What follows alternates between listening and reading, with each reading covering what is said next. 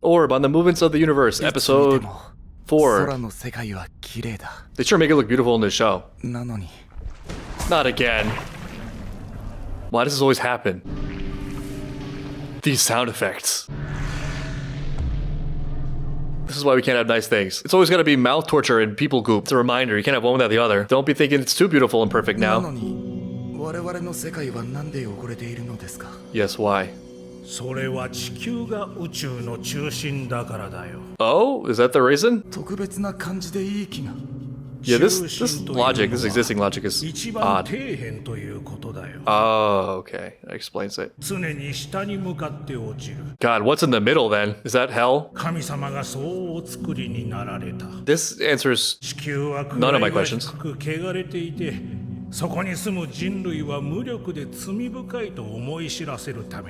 Why? But why? That doesn't answer anything. That's circular reasoning, right? Just trying to get this straight. God made the world corrupt to remind humans that the world is corrupt. Why do you keep cheating on me? Because I need you to know I'm the type of person who will keep cheating on you. To torture you. What? I try. I try to steal man, but this is hard. You're not supposed to ask that question. Look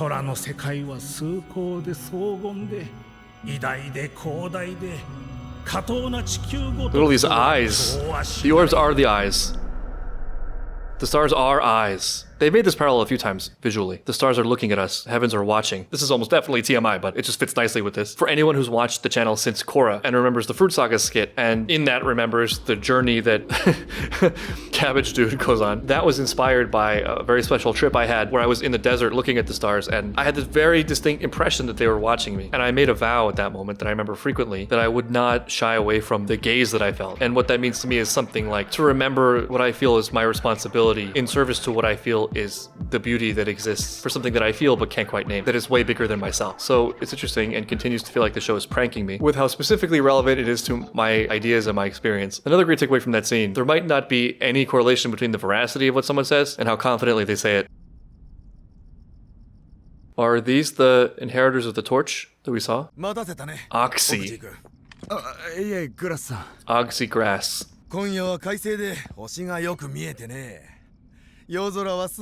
This we're not like throwing human soup at each other right now for once. Too overwhelming. What? We're thieves? What are we doing? What's the nature of our job exactly? Oh, we changed the main character in the opening. Interesting. God, how many main characters are we going to go through in the pursuit of truth? What is the cost? What is the price you have to pay for pursuit of God's love or truth or whatever? The next victim of heliocentrism.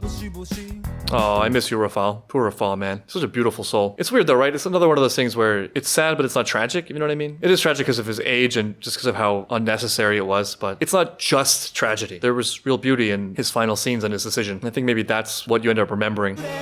But I mean, this guy also kind of looks like Rafal. Did he survive? Man, I'm hoping for too much here. He looked pretty burned at the stake. Episode 4, the fact that this world is far more beautiful than heaven. Wow, these titles. Yeah, well, if you're assassins, there's no wonder you don't want to look at the sky. You're being watched.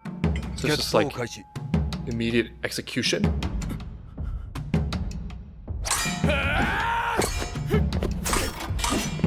What a crazy job.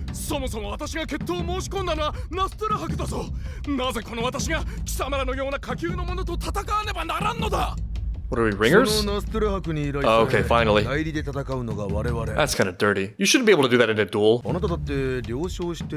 Oh, did you sign? Should have read the contract. That's what it means to duel, yeah. Yeah. Didn't think it through all the way, did you? Yes.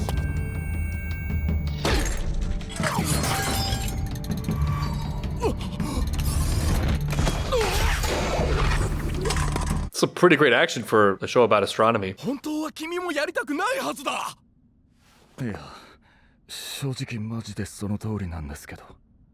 Especially now with all these eyes watching us. Oh my god. It's my job. Just doing my job. Nothing you can do if it's your job, you know? Burn in hell.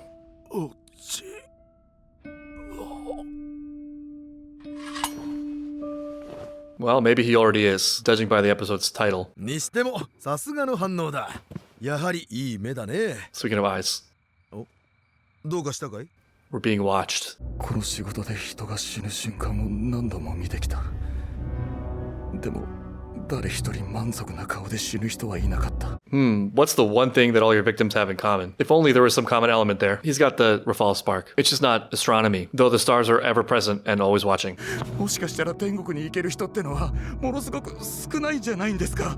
Well, depends how heretical are you? 大勢殺した俺なんかとても。 No, that's fine. Murder's okay. You haven't done anything really evil like study heliocentrism. この世に好きなものやことはあるかい？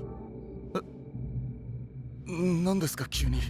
This could end up being deep. 汚れたこの世を好ましく思うのは不適切では。 That's dogma. You can be real with me. 好きとか夢とか希望とかそういうもの Careful how は loudly you 捨 say て this. ちゃダメだ。 Did not expect this from this character who's just like fine with killing. 出会って1年も経つんだ。遠慮せずに。さあ。 You got something in there, Oxy. 期待したら裏切られるのが落ち。これが俺の心情です。鼻から諦めた方が傷が。 Interesting. This is cool. I like this. この世界で幸福になれるのは生まれた時点でそのしかこう。 This is so cool. This is so important. 希望は天国にしかない。天国最高、天国最高、天国最高。早く行きたい、早く行きたい、早く行きたい。 Delivery was a bit odd. But I'm glad you voiced your opinion. とか言って。 Just kidding. Psych. You know what's crazy about this is I've actually been having a debate similar to this with a friend of mine, but this is actually not even as bad as it gets because I know there are a lot of people, and I think I used to hold similar views, who think this way but also don't believe in heaven. So it's just all bad. There is no salvation. There's no relief. It's just bad all the way down and then you're gone. I think everyone goes through this path in some form. At some point in their lives. But you know what you actually encounter in this situation a lot of the time, speaking of the pitfalls of truth, is that even though this looks like a very sad thought and a defeating thought, and we would think we don't want this to be the case, we would be happy to hear an alternative, a lot of the time this is disguised as, oh, I really hate this, but following logic, there's no other solution. When really it's, I'm afraid of the alternative and what it means. And I think there are people who hold a various range of nihilistic views based on what they feel like is an actual exploration in good faith, and that's the best thing they can currently see. Though just as a side topic, I would argue, when you see these people who are really articulate, really well-meaning, really knowledgeable nihilists, their view on nihilism, while often very logically rigorous and consistent, does not match at all with their emergent beliefs and how they live. You often find that these really high-minded nihilists have very deep, grounded senses of meaning and virtue that they express through action. That being said, there is a large group of nihilists, and this is the category I think I fell in when I was younger, is that really you've just started to uncover some difficult truths. Truths like the beautiful, perfect future that emerges from your inherent uniqueness and specialness is not guaranteed and might be a struggle, it might be difficult. And so instead of willingly taking that hit and swallowing that disgusting medicine of your own incompetence and smallness and the realization of all the things you'd have to actually do to get something meaningful out of life, it's way easier to just call it impossible and blame the system. It's not really that different in a philosophical sense than it is from what you often see about people just blaming society, right? Like everything that happens in my life, everything that befalls me is society's fault. Society was built against me specifically. There is absolutely nothing I could have done differently, and there's nothing I can do from this point because society just hates me. There's an evil group at the top with their boot on my neck, and no matter what I do, how I strive, that boot will always be in my neck. As a societal phenomenon that is somehow backed by physical reality to the point where I can't change it. Take that same structure and just apply it to the universe, right? Like life is just cold and we're meant to suffer. There is nothing here of actual value. We just delude ourselves into feelings of meaning and happiness. And maybe part of it, and I have a feeling this is where this is going because it starts with him looking at the stars and feeling pressure, is that while we think nihilism is the painful one, real meaning sometimes, or at least initially, I think is where the real pain is because suddenly you are responsible in a way greater than you ever imagined. There are no more excuses to be made. You have an incredibly important mission that you don't want to fail. Your actions and words have impact, and so it's important to get them right. Like it's a crushing weight. In a sense, it's easier to just like throw it all away, you know? Like what does it matter? It's all stupid anyway. Just as hypothetical, imagine a nihilist, and I'm going to straw man nihilism here, but just go with me for the point. You ask the nihilist, what's the source of your pain? And he says, well, the universe is just inherently cold and cruel. Nothing has any meaning, and we're born with only enough intelligence and consciousness to be aware of our own pain and deaths. And then you reveal to the nihilist that you have godlike powers, and you can create a new universe for him or her so that every single action, every word that comes out of his or her mouth for the entirety of his or her life will affect hundreds, thousands, looking all the way out into time, maybe billions of people's lives in a very critical way. What's the reaction to that as the nihilist? Is that less painful or is it more painful? I think it definitely requires more. It asks more. It's more work. Similar to the whole looking for truth thing. Are you really looking for truth for the truth, or like are we just trying to get like close enough that it's a comfortable place from which we can function? Anyway, it turns out that sometimes you think you're trying to convince people of a good thing, but the hidden secret is they don't want it because they think it's a bad thing. And then it's not based on rigorous examination. It's just based on what they think is the most comfortable, though they may not be aware of that enough to admit it. 知りたいか？いえ、特段。今は忌憚ある建前を言ってくれたまえ。Well, I'm going anyway, so. あいつら。ああ、人殺し。さてと So much for the masks. 酒を2つ Are you 21? As we all know. 大東市風情はお引き取り願おう。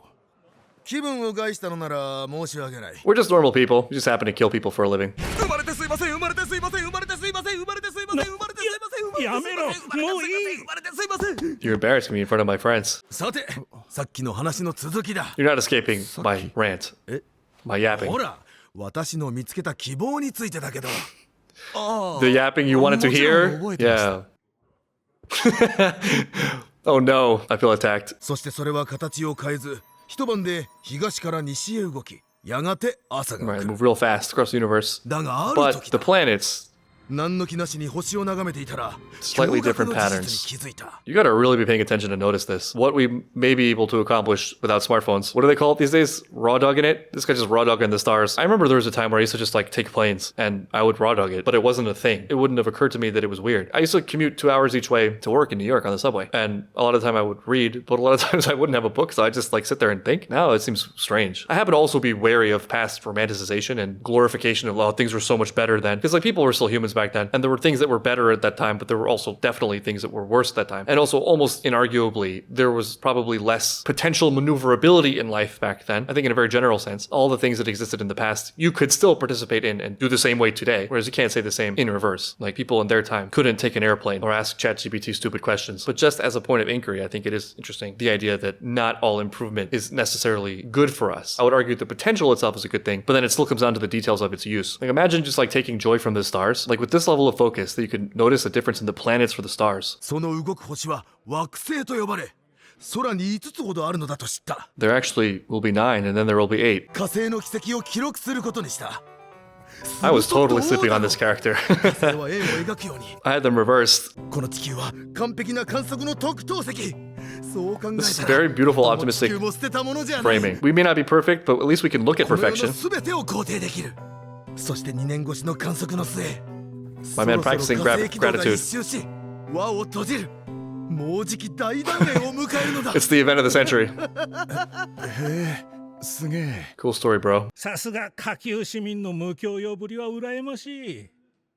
先ほどから絡んでいただいて申し訳ないが This time I'm not sorry. Not sorry at all. 観測を始めた時期が悪かった。 How じゃな so? きゃもっと前に気づけたのに。 Oh, maybe he also is a hobbyist. ありえ Not な a い perfect circle. The grand finale has been canceled. 昨日から全く My 動い whole ていない life is a lie. なぜこんなこと The が universe is not beautiful. 2年かけてやっと完成を迎える Admittedly, if 直 this 前 is で your only outlet, it's kind of frustrating. Yeah, and like your spiritual soul salvation. 仕事終わりか。ああ They're so casual これ about からです this whole like murder fencing 大 thing. 変だな。グラスみたいな変人と組まされちまって。いえ Gross is cool. He's got something. 疫病で家族みんな亡くしちまったな。さらに Well, it could have destroyed him. 絶望して自分の人生も終わらせようとして Did や destroy がっ him. た。そんな You wouldn't guess it, right? Definitely see him in a different light. 正直本人は死にきれなくて悔やんでたよ。これが私の運命なのかってね。We need to move Mars for this guy. わけを聞いたら観測を始めたんだと。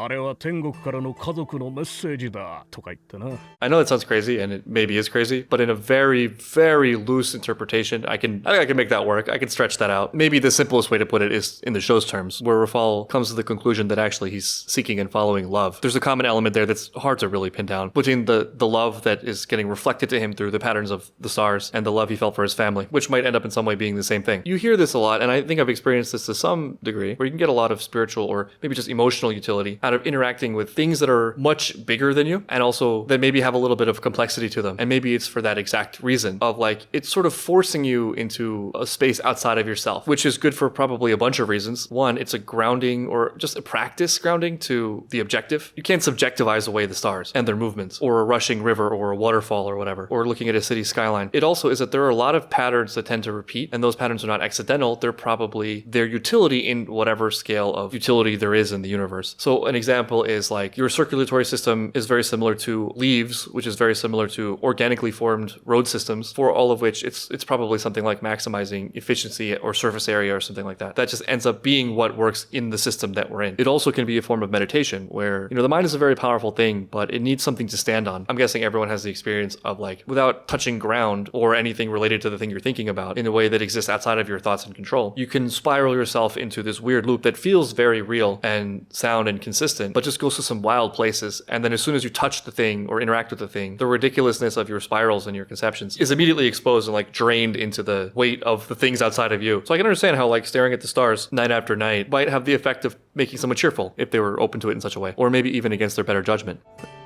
It's a dangerous moment. This will tell a lot about him. 曲がった。あさっての方に。 It was all a lie. これが。 The other guy knew and enjoyed the thought that he would experience this, the guy at the bar. 君の言う通り、天国を差し置いて、この世界で何かを期待するのは間違っていたのかもと思ってね。 Anyway, back to killing. At least killing I リター understand. 社の移送警備か。 Oh, this is timely. 我々も行きましょう、ノバクさん。何見てるんです？ Oh, is that the same guy? だるい仕事の始まりか。 I know him from the blood on his sleeve. You shall know them by the blood on their sleeves. それにしても雨とはね、空が見えんのはいいか。 Stars really has an effect on these people. 君らは空に興味はないか。 I used to be. 星を Maybe we can have our passion rekindled by a heretic. 我々はあなたと話してはいけない決まりになっている。 Speaking right now. 黙ってていただけますか。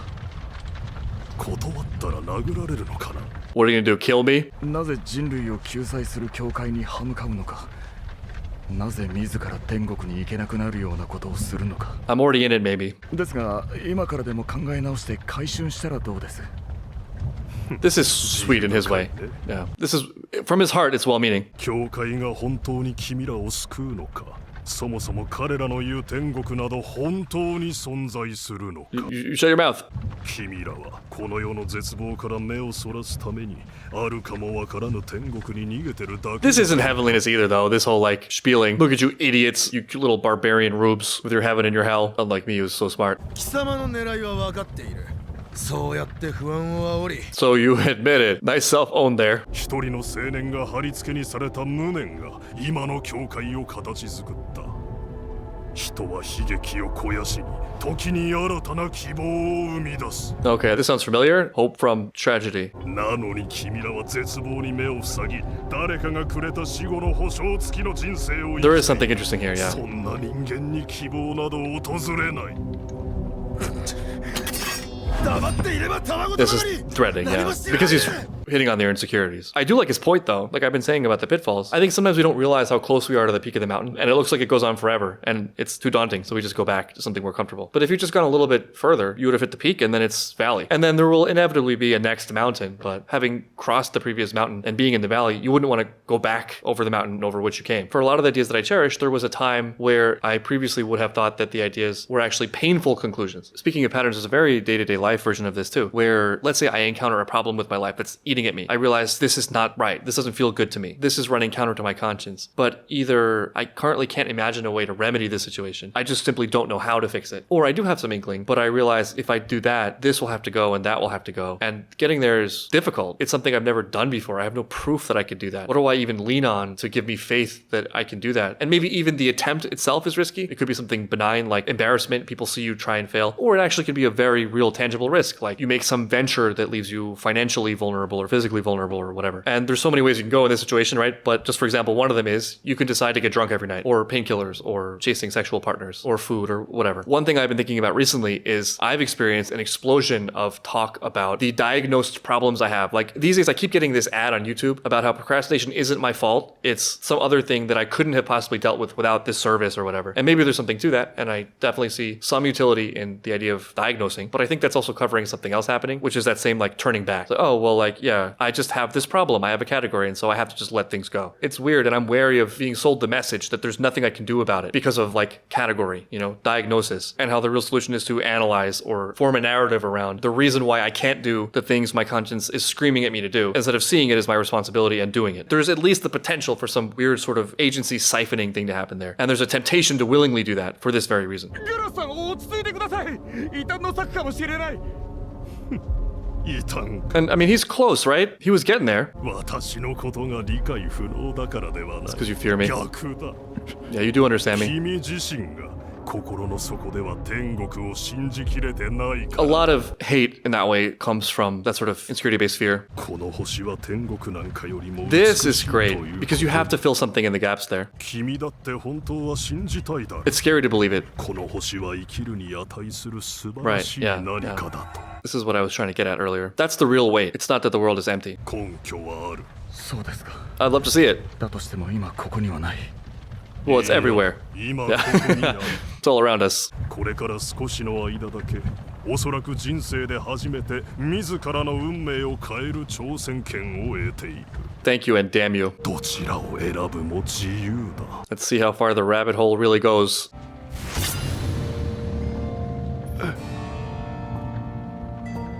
I mean, he cuts a pretty good bargain. Lot to gain. 頼む。 Let's go see the box and then we can kill him later if we need to.